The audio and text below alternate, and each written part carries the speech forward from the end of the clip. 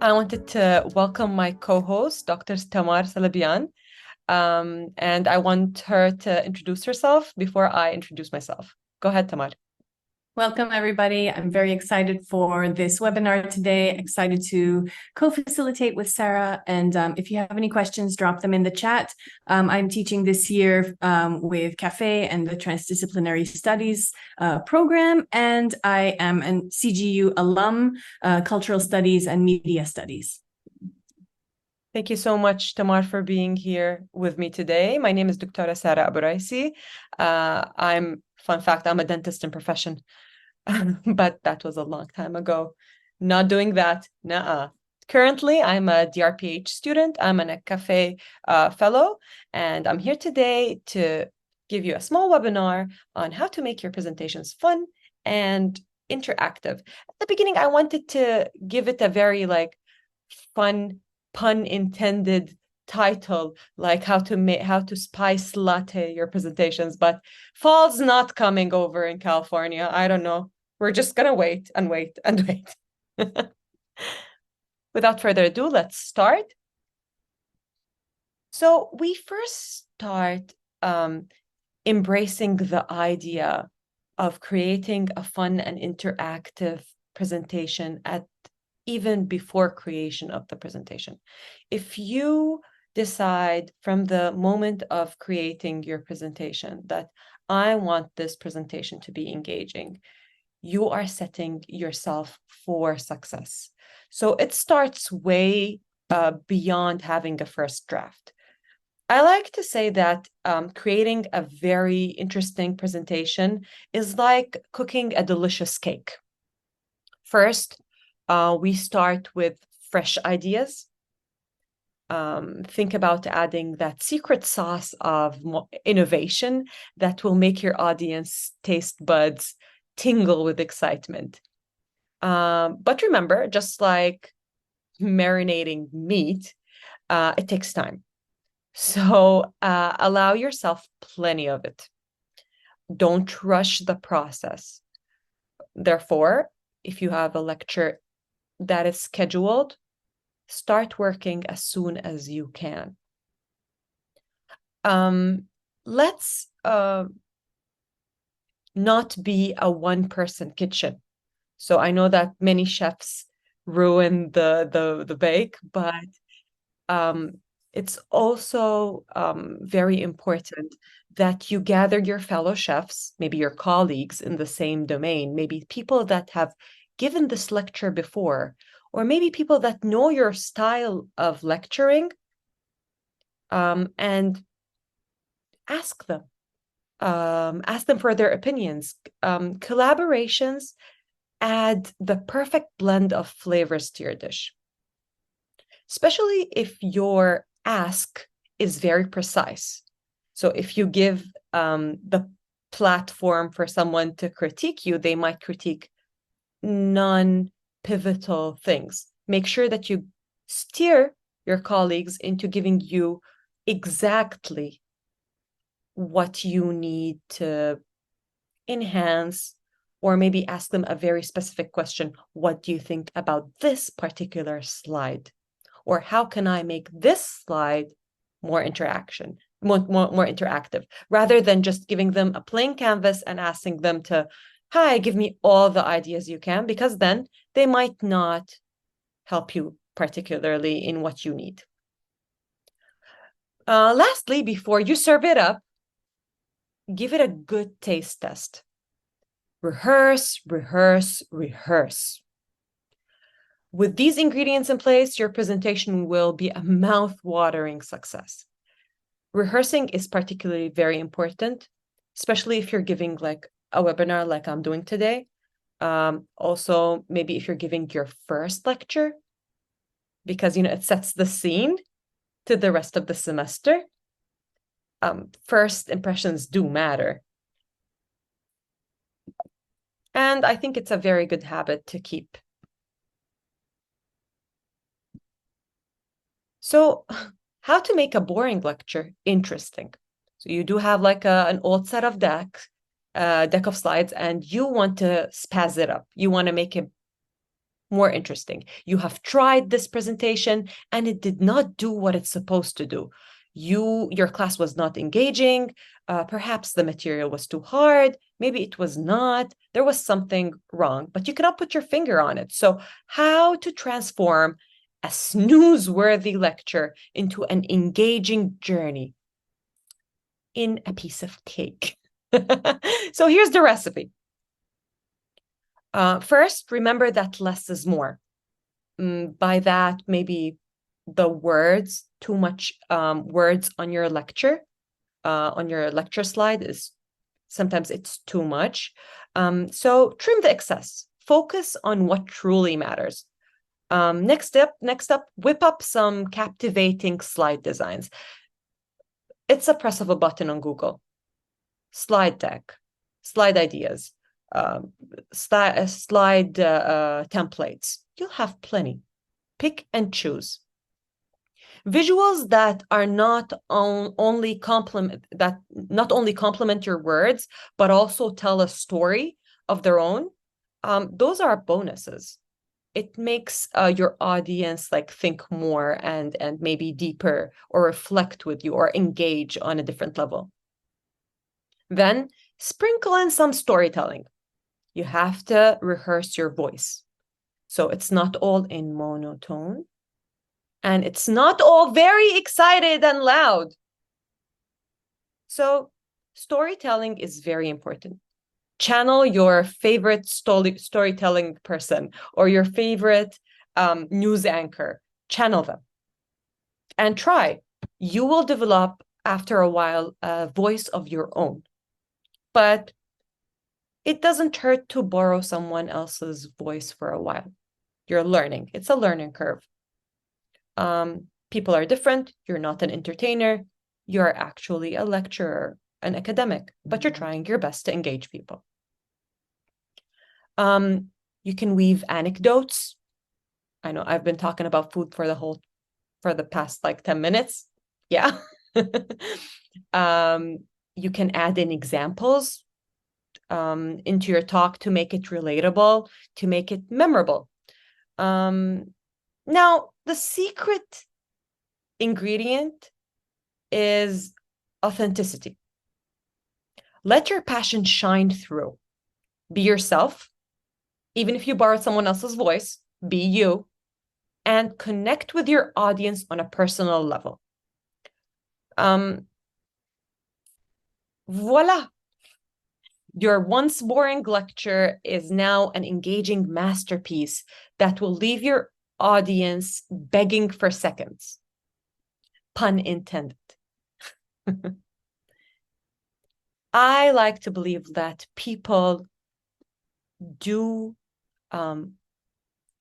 hear the real you and appreciate you being you. And people like the effort. I think people respect the effort, at least.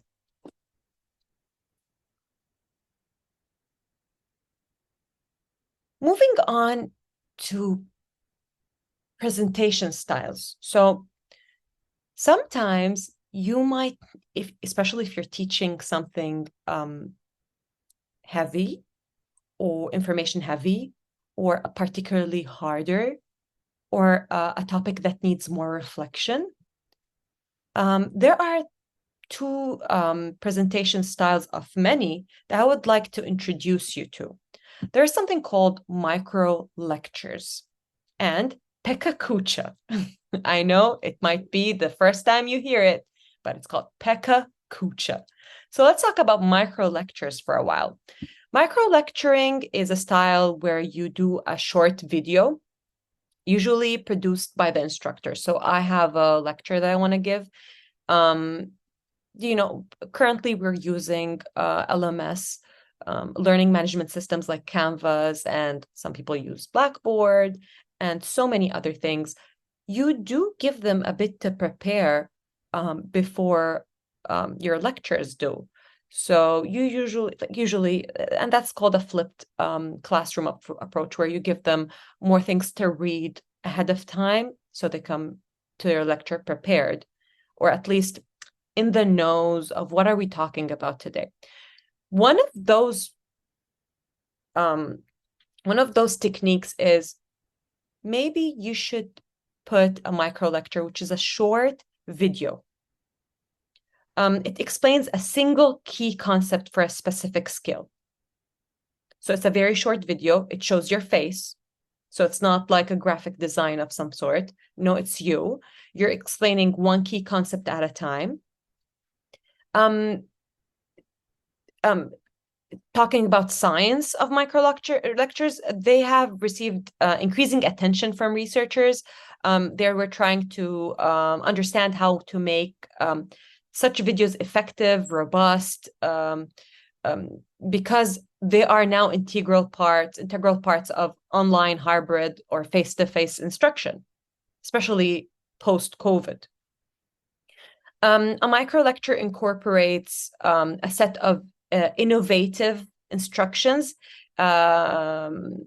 features by including cognitive science and research findings, maybe tackling inadequacies of traditional instructional videos and improving student performance in various ways. So when you do one, you can't, it has to be like 10 minutes or less. So what if you can't do 10 minutes or less? There's lots of concepts that you want to break in. So you can do another video and just limit the number of videos to 3.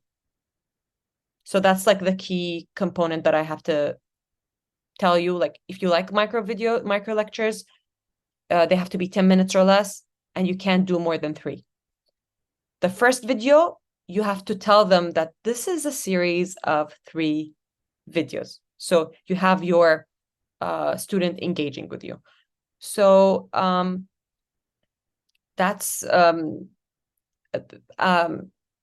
basically what micro lectures is. And my co-host Tamar, Dr. Tamar, will add a link for you to know more about micro lectures and active learning. Let's move on to Pekakucha. It sounds really good. Pekakucha, perhaps you've never heard of it. It translates to sound of conversation or chit-chat in Japanese. So now you know a Japanese word. See? It's not only about giving a fun lecture. I'm giving you language. So Pekakucha is chit-chat in Japanese. Pekakucha is like the espresso shot of presentations. It's short, sweet, and highly engaging way to share your ideas. In this style, you only have 20 slides, okay? Each one lasts 20 seconds. So let's do the math. That's around 6 minutes and 40 seconds. It's a format that, and to say that there are pictures. They are not, there are no words on your slide. So 20 picture slides in 20 seconds. And you can, in the presentation format, you can ask you can automate PowerPoint or whatever software you're using to move on every 20 seconds if you forget or you cannot keep up with the time. It's a format that challenges you to be you as a teacher to be concise, visual, and to the point. So it like sets you straight. It's perfect for those who want to keep their audience on their toes and make every second count, because like it's 20 seconds. And here comes rehearse. That's where you have to rehearse a lot, especially if you're presenting with this type of presentation style. Dr. Tamar is going to add a link to where you can learn more about Pekakucha.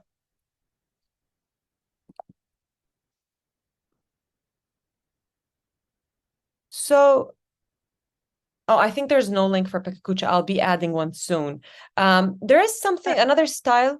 I will interrupt. I did put the link for Pekakucha, so we're good to go. Okay, thank you so much. There is also a style called bumper videos. So bumper videos are only 2 to 3 minutes long, and they're visually oriented videos that are designed to give you a preview of a topic or demystify a sticky concept. It's not, don't confuse it with a micro lecture. It's not. It's just like an intro or an exit video. You can find those all over YouTube, and you can create one yourself. But remember, it's only 2 to 3 minutes. And in your course, you may include the series, and it might have some visual elements, and it will set the narration to your voice, because it will help you guide your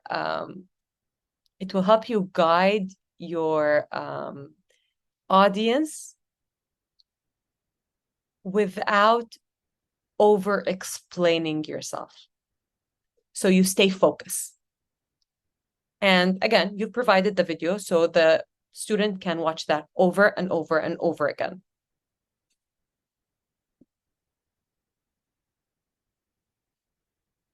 Also, there are plenty of other tactics that we can use to make your presentations interactive. And one of them is called an icebreaker. So us in Cafe, and mostly in the transdisciplinary department, we love using them at the beginning of each lecture. There are the perfect starting point to ask a straightforward question that will warm up the audience. So if you recall at the beginning of my webinar, I asked you a very simple, straightforward question. Introduce yourself. Who are you? What's your background? Which school are you at? So something on that line. But sometimes you can ask something different. You can ask them, yeah, do you like cats or dogs? Something off topic. Some people use the energy level scale. So in the chat, introduce yourself and tell us what's your energy level at. Because we're Wednesday, we're in the middle of the week. Maybe my energy level is 40% at this time, or maybe 60.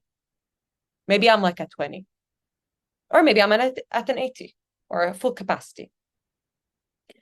So this is like a simple way to turn your audience from listeners to active participants just from the very beginning, especially if you choose like a topic.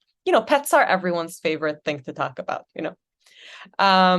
Moreover, it will help you relax as a speaker, as a teacher.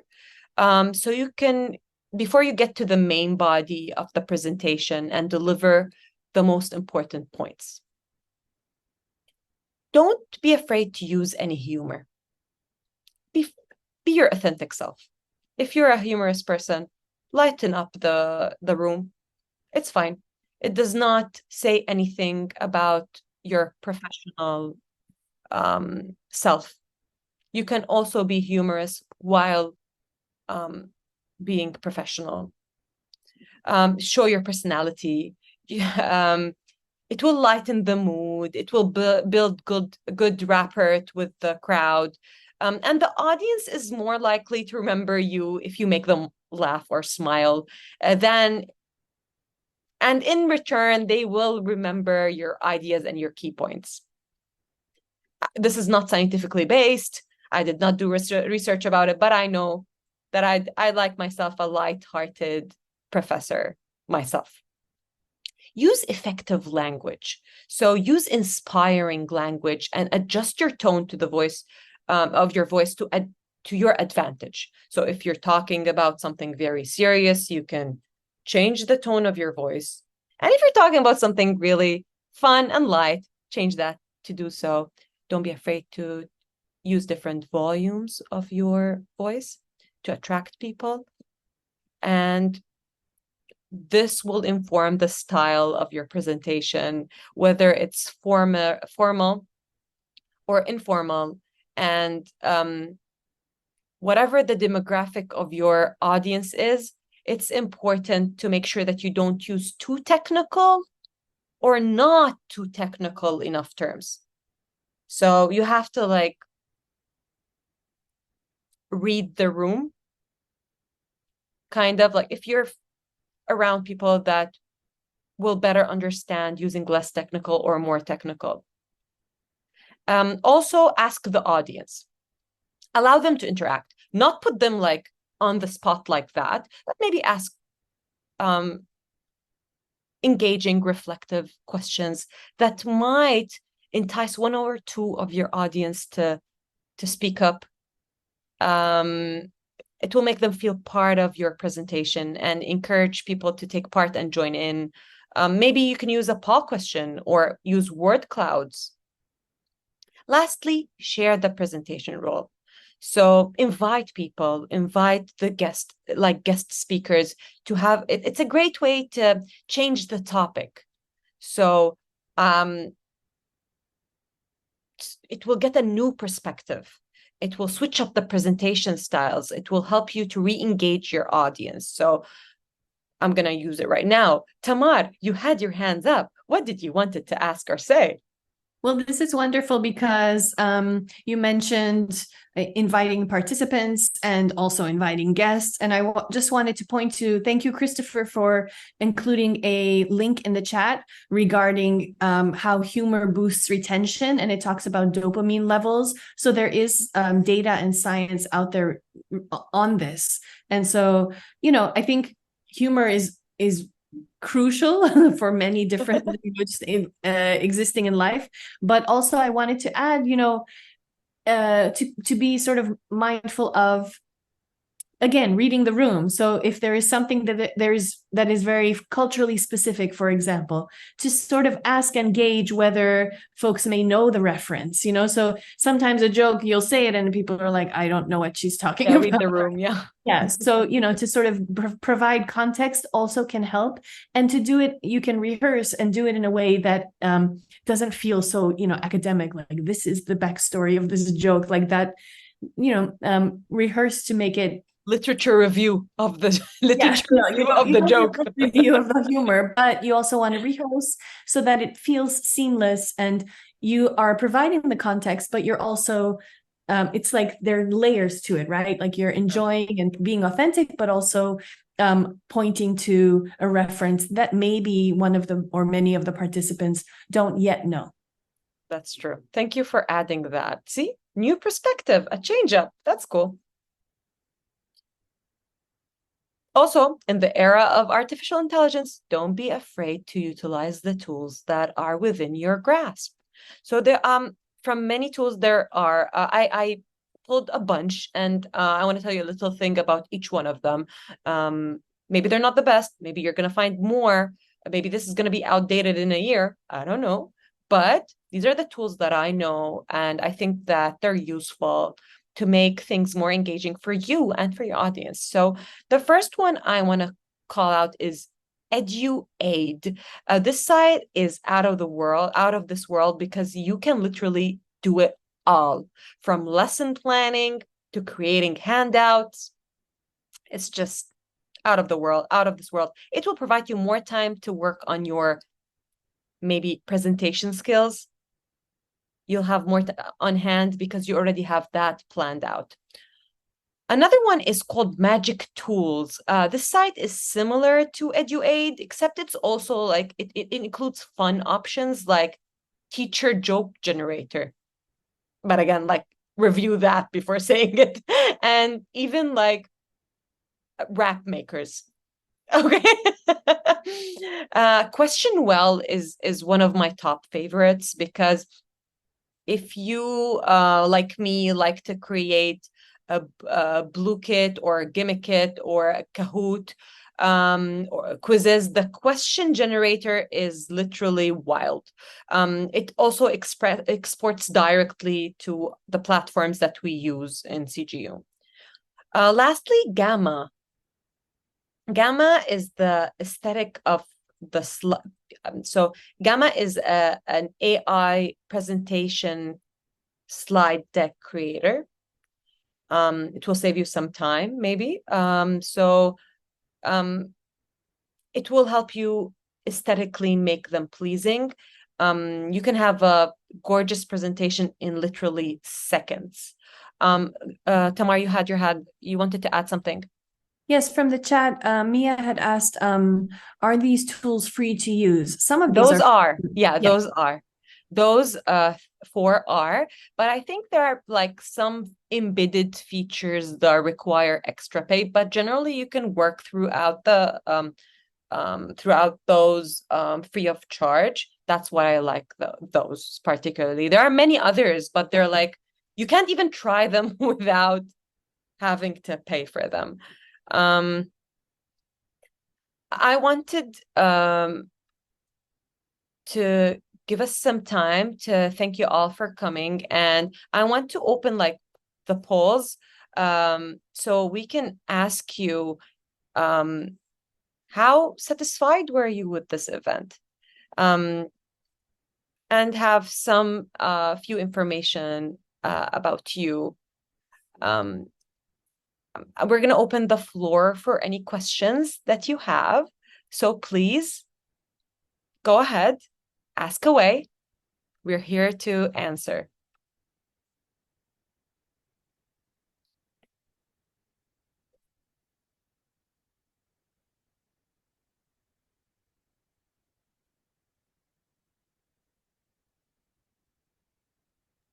I'm wondering, while some of you complete the survey, are there things that stand out to you from presentations that really, they're like, this was a wonderful presentation, and maybe we can take a few moments, including the Q&A, just really kind of share with one another, and we're sharing tools and resources. Something that stood out to you in a presentation you maybe recently watched or participated in. I could start. Please. I'm part of the I took a preparing future faculty, the first session, and like you mentioned, pets, but animals in general, Yeah, are really good to like capture our attention. And there's a situation in Santa Cruz with this otter. It's kind of really, that captured like people's attention, right? So I guess the conservatives, the conservationists call it they call it otter 8841, right? Just to track it, right? So you can look up otter 841. So what the thing is, it was born in captivity, but they released it into the wild, and it's been kind of not attacking people, but like jumping on surfboards and biting surfboards. So it's like a really big like issue with it, right? And it's like attracting all these tourists. But and I teach English 1A at Pasadena City College, and it was like a really good type of idea to if I'm explaining how to create like a thesis statement, where it's just like people could agree or disagree on whether it should be captured or relocated, or but it was really good in like just grabbing my students' attention.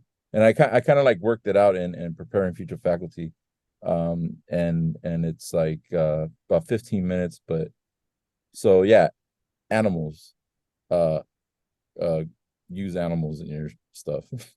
I do agree. I do agree. People who have pets understand that. I mean, understand what warm, fuzzy feelings it can bring to the table. And then you can engage people together. And you can use those informations later on in your group work. So if you have a longer class, and at the beginning of the lecture, your icebreaker was like, are you a dog or cat person? And then you have let's say you have a group of 10, 5 by 5 or whatnot. And then later on, you're like, okay, I'm going to open up um, breakout rooms to solve task number 1. But this time, I'm going to put the cat lovers in one and the dog lovers in the other one. So it's like informal grouping, which is really, I mean, sometimes it boosts the morale and gives a sense of belonging of those people of the group without you meaning anything. Like those dog people stick together. Those cat lovers, they stick together, some sort of that. It's a great warm-up, I guess. Thank you for your insight. Does anyone want to add anything or maybe ask a question that I did not address?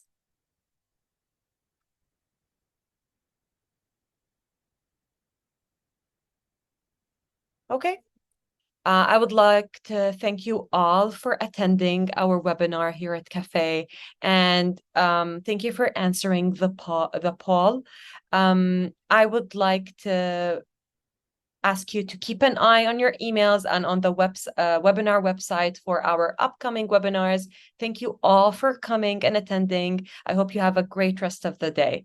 Don't shy away from reaching out if you need anything of us from Cafe. So from Cafe to you, have a great rest of the day.